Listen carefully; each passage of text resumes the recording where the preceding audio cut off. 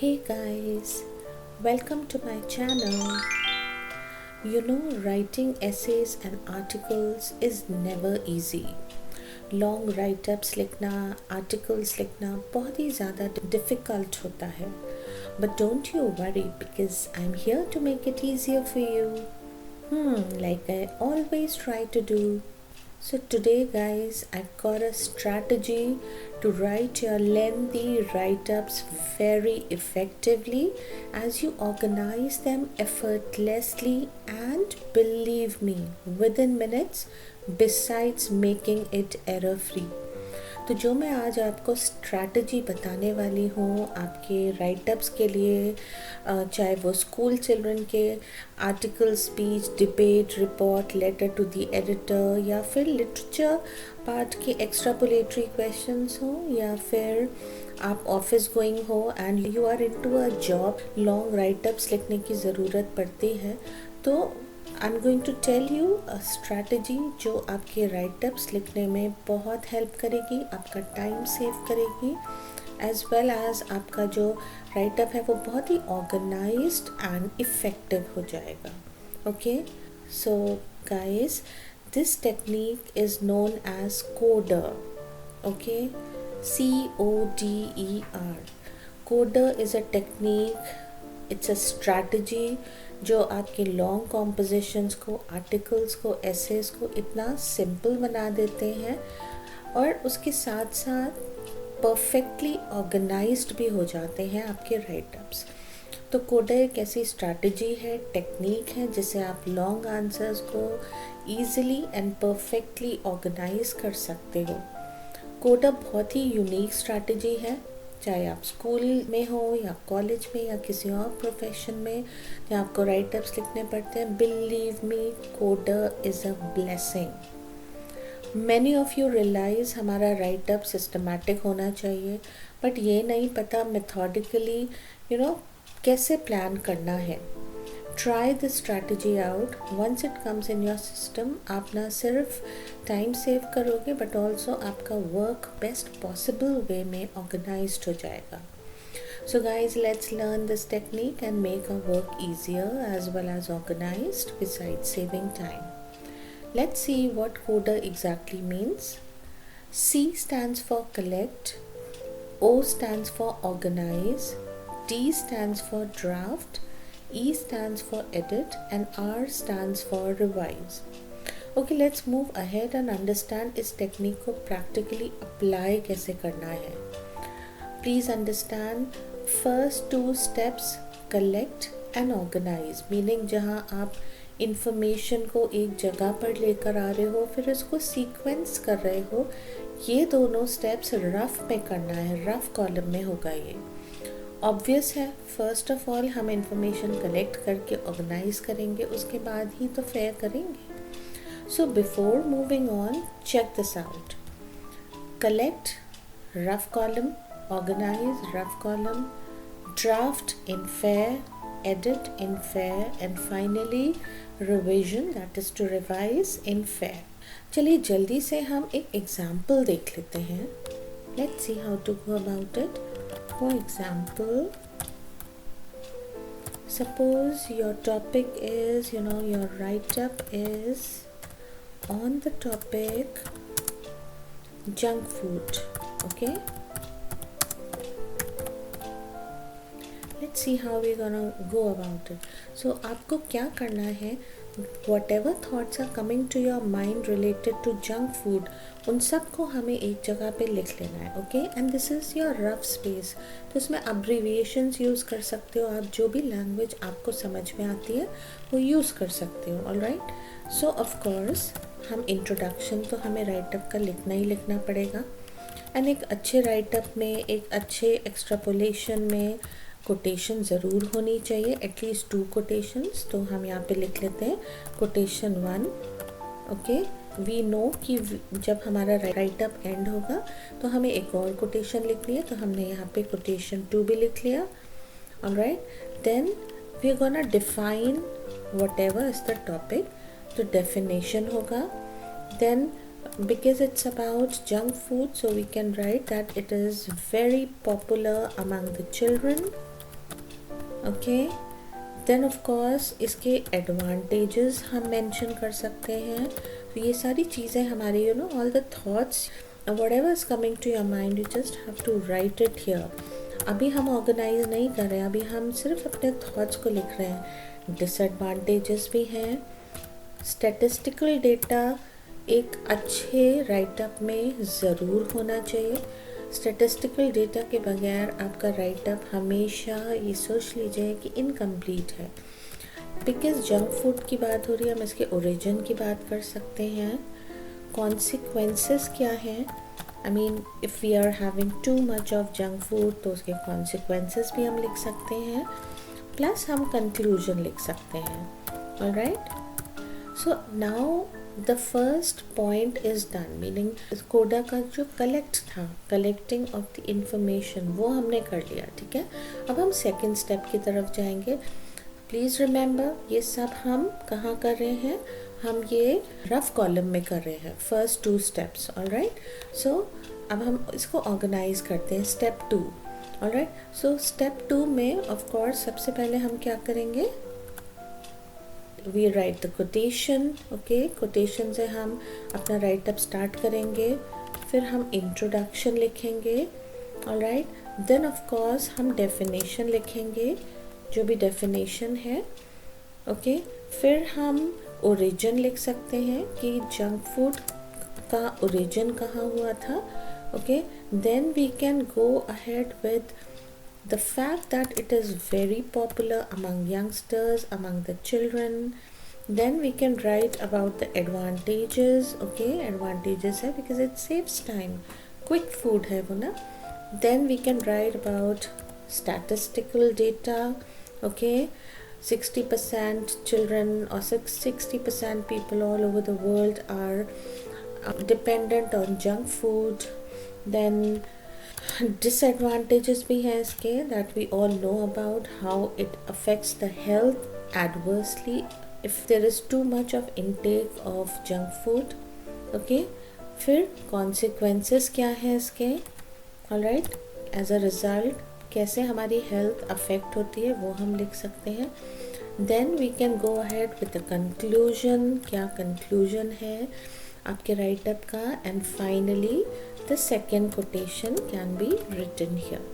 Okay, this is how guys we are using the strategy.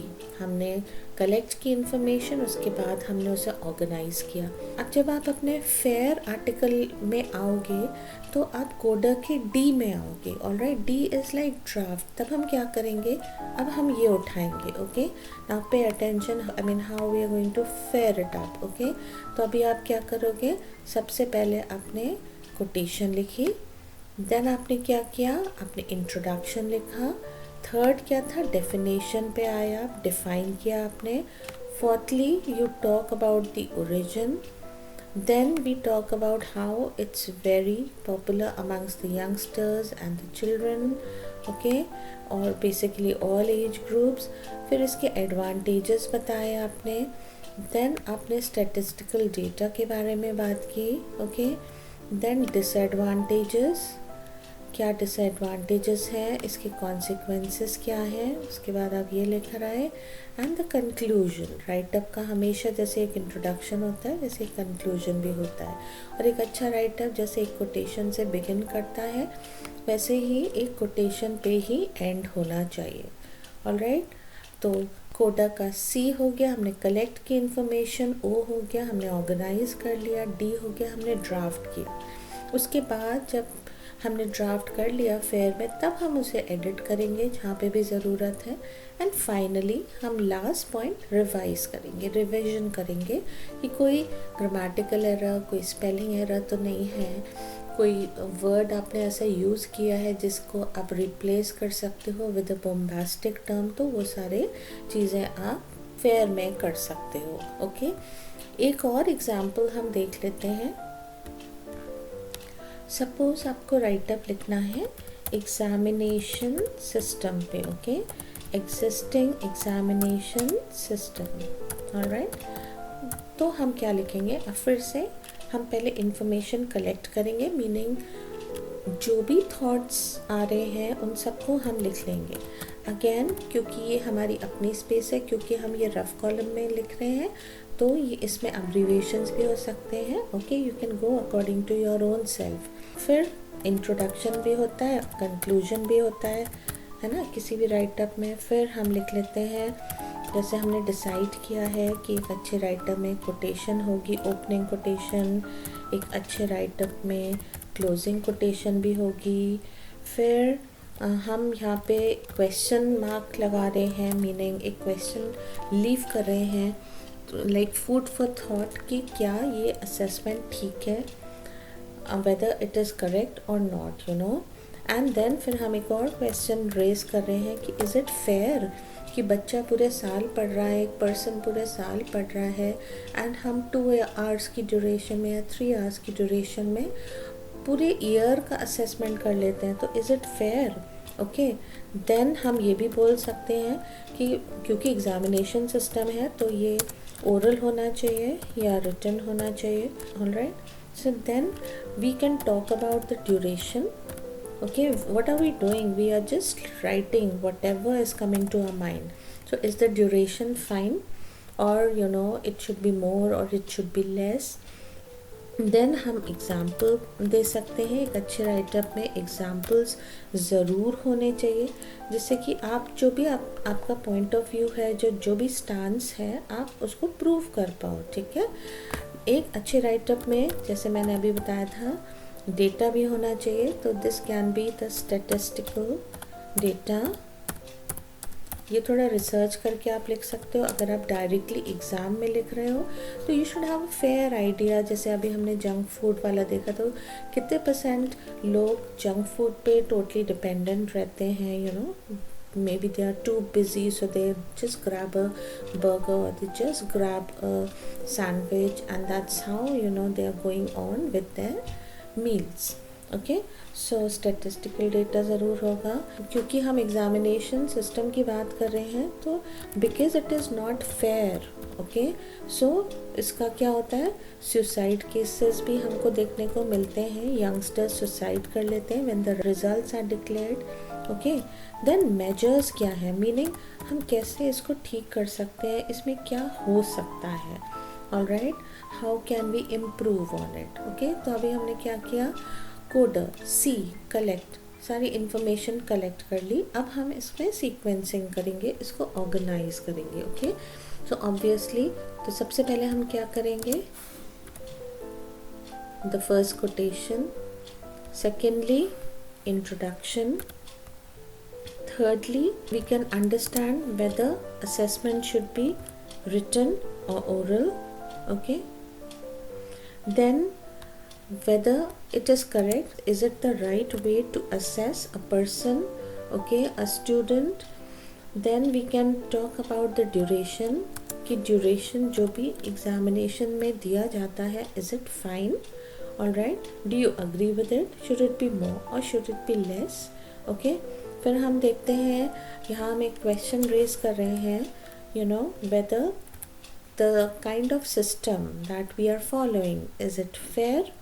Okay, फिर अगर fair है या आपको लगता है फेयर नहीं है, तो क्यों नहीं है, उसके लिए आप सुसाइड वाला एग्जाम्पल दे सकते हो कि because when the results are declared, children are so much under tension that, you know, and they are so disappointed at times that they commit suicide. Alright, so possibly the system needs to be change. फिर हम statistical data दे सकते हैं। Okay, how the number of children who deserve better marks, they did not get it. Okay, then हम measures या suggestions दे सकते हैं कि these are the suggestions which can be followed in order to improve on the entire system. Then हम conclusion की बात कर सकते हैं यहाँ पे, and finally the last quotation. Okay, तो अब आपने देखा, जब हम ड्राफ्ट करेंगे इस आर्टिकल को, तो सबसे पहले हम कोटेशन लिखेंगे, फिर हम इंट्रोडक्शन देंगे। We are talking about the fact whether it should be oral और रिटन। फिर हम ड्यूरेशन की बात करेंगे। Alright, whether you feel the duration is correct, 2, 3, 4 जो भी घंटे मिलते हैं, जो भी टाइम मिलता है, ओके, इसी के साथ then we can talk about whether this assessment is fair enough. Okay, here assessment is correct, is it fair enough? Then we talk about how people commit suicides when it's time for the results to declare. Sometimes they are so undergoing anxiety or so much disappointed. And finally we can even give examples for the same. Okay, and then the statistical data, and finally we see that you have to give measures related to it, and then the conclusion, and finally the closing quotation. All right, अब आपका देखिए आपको कितना time लगा, hardly 1 or 2 minutes, और उसमें आपका पूरा राइटअप रेडी हो गया। मीनिंग आपने उसको सोच लिया, समझ लिया, ठीक है, आपने प्लानिंग कर ली कि how you are going to go about it. अब जब आप फेयर आर्टिकल लिखना स्टार्ट करोगे तो आप बहुत कम टाइम लोगे, वो ऑर्गेनाइज्ड भी होगा and it will be very effective. So guys, I hope that was helpful. Believe me, once you get used to the strategy, things will become very easy for you. Initially you will definitely take a little time to get used to it. Starting में इस trick के used to होने में time तो लगेगा, but अब इतना तो बनता है ना। आफ्टर ऑल आपका राइटिंग पार्ट ईजी भी तो होने जा रहा है। There are other great strategies and tricks on my channel. For instance, best and most easy way to attempt MCQs, जो आपको सिर्फ आपके स्कूल सिनेरियो में ही नहीं, even college and entrance exams में भी हेल्प करेगा. So do check them out. Take care. God bless you.